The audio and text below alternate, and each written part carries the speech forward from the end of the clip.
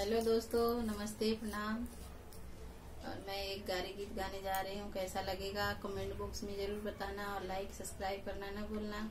और मेरा ये नया चैनल है संगीत बाई किरण, आप लोग सपोर्ट करिए इनके चैनल को। और दोनों बहन मिलके गारी गीत सुना रहे हैं, कैसा लगेगा कमेंट बॉक्स में जरूर बताना और लाइक सब्सक्राइब शेयर करना ना भूलें।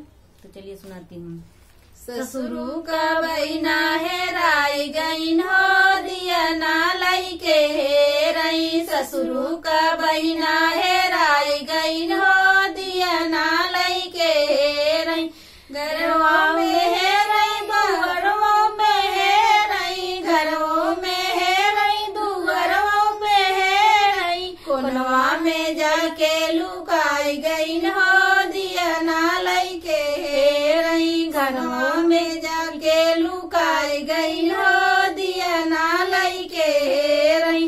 बसरू का बहिना हेराई गई हो, दिया ना लई के हेरई। बसरू का बहिना हेराई गई हो, दिया ना लई के हेरई।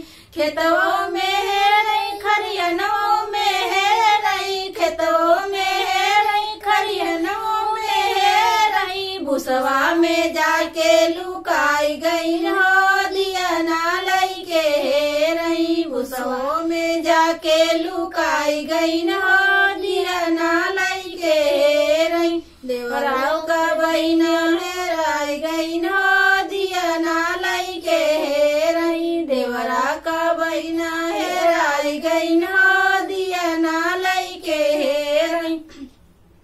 गौओं में हेरई बाजरियों में हेरई, गौओं में हेरई बाजरियों में हेरई। हलुवैया दुकनिया लुकाई गईन हो, दिया ना लई के हेरई। हलुवैया दुकनिया लुकाई गईन हो, दिया ना लई के हेरई। बर्फी